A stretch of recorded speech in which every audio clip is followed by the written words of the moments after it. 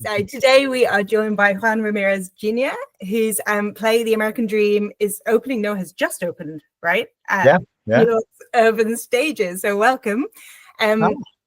Maybe kick some things off. Do you want to tell us a little bit about the play and the inspiration behind it?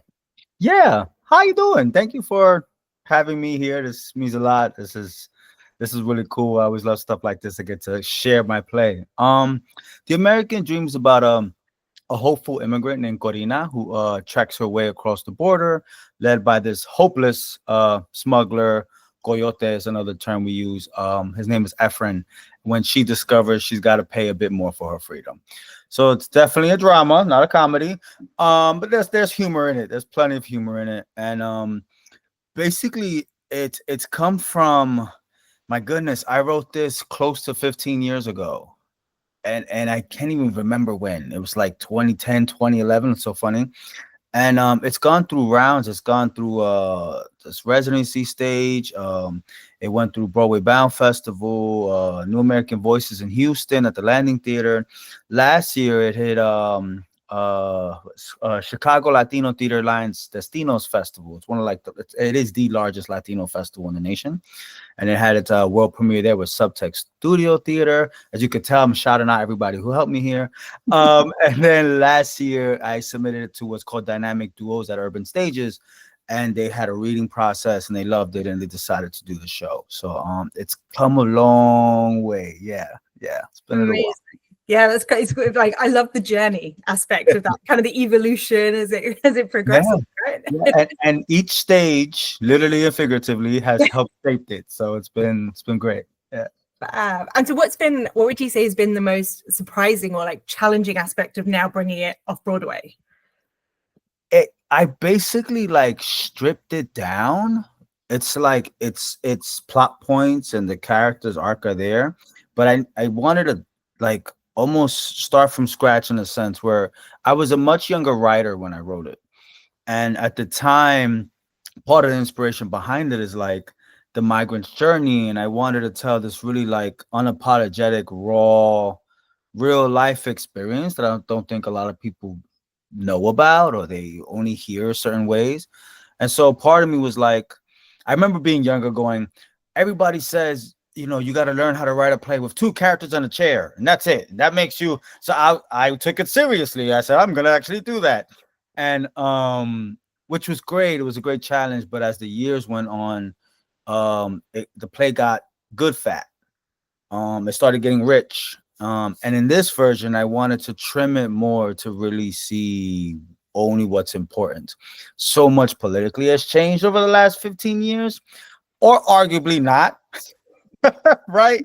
So adding that and keeping that alive is something that's kind of been challenging because I want to make sure I'm not ignoring things but yet addressing things, constantly being truthful, if that makes sense. It's been really interesting. Yeah. And you're right, because of obviously the political social climate right now. It'd be interesting kind of the different things your audience, I guess, are going to take away from the play when they leave the theater, right? You said that perfectly, ladies and gentlemen. Exactly. Very true. Very true. Yeah. Cool. And how has the collaborative process been with the director you have now, the actors, the creative team? Has that impacted the way it's evolved? Has it caused you to kind of rethink things, or? It's been great because Maria, my director, has been man, she's great. She's really great. And she's worked with me on the script. I'm acting in it too. So that's a whole nother, because why not? Well, it was part of I do act. I'm an actor. So it was part of I've lived with this script for so long and we wanted to pump this out and be able to make changes on the spot while acting. So it was cool for me to be in that position. But she has really helped me put the play up with a lot of love and care. And I think when you're doing a play like this, that's such a, I mean, at any point in time, you should love your characters and love the story because these are people, right? But especially now because of the climate, she's really done everything to go forward and make every decision with love and care. And that's something that's huge, right? I think playwrights need that, audiences need that. and tell the story truthfully, right? So that's been really, I've been really grateful for that, and really, giving me lessons as an actor too, like really, like, come on, you gotta, let's do this, and it's that's been really great because it elevates your play.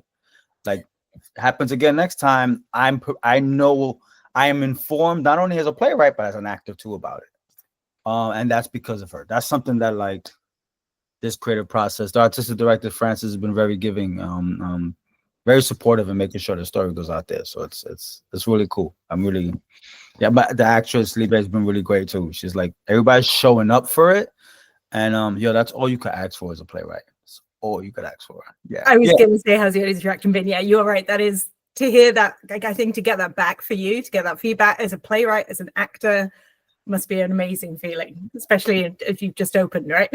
Yes. Yes. How long are you running for? Or how long's the run? So we're going from, that's a good question. I prepared I prepared. So February 22nd, if I disappear for a second, come back. February 22nd to March 26th. So yeah, we have a good size run. I'm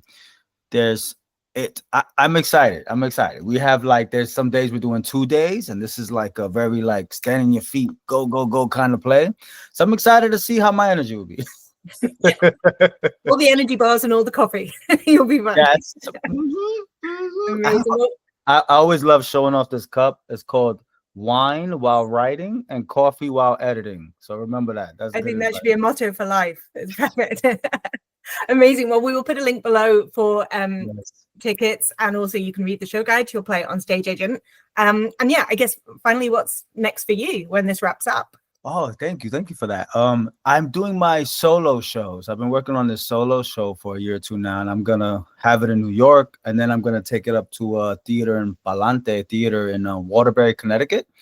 So it's really cool because I'm half Guatemateco, so I'm doing this play, and then my Puerto Rican side is a lot about, in that show, Broadway of the Bronx, a Juan Man show it's called. Nice. And and so I'm going to be doing here in New York City and taking it to Palante and Waterbury, Connecticut, where a lot of my community members are there. So that I'm excited about that. So it's really cool. I've been really living both sides of my sort of heritage and culture. It's really dope. Yeah. Brilliant. Exciting things to come. Amazing. We'll break a leg for the rest of the run. I hope it goes amazingly. And thanks for chatting to us. Thank you so much. I really appreciate it. It means the world. Thank you.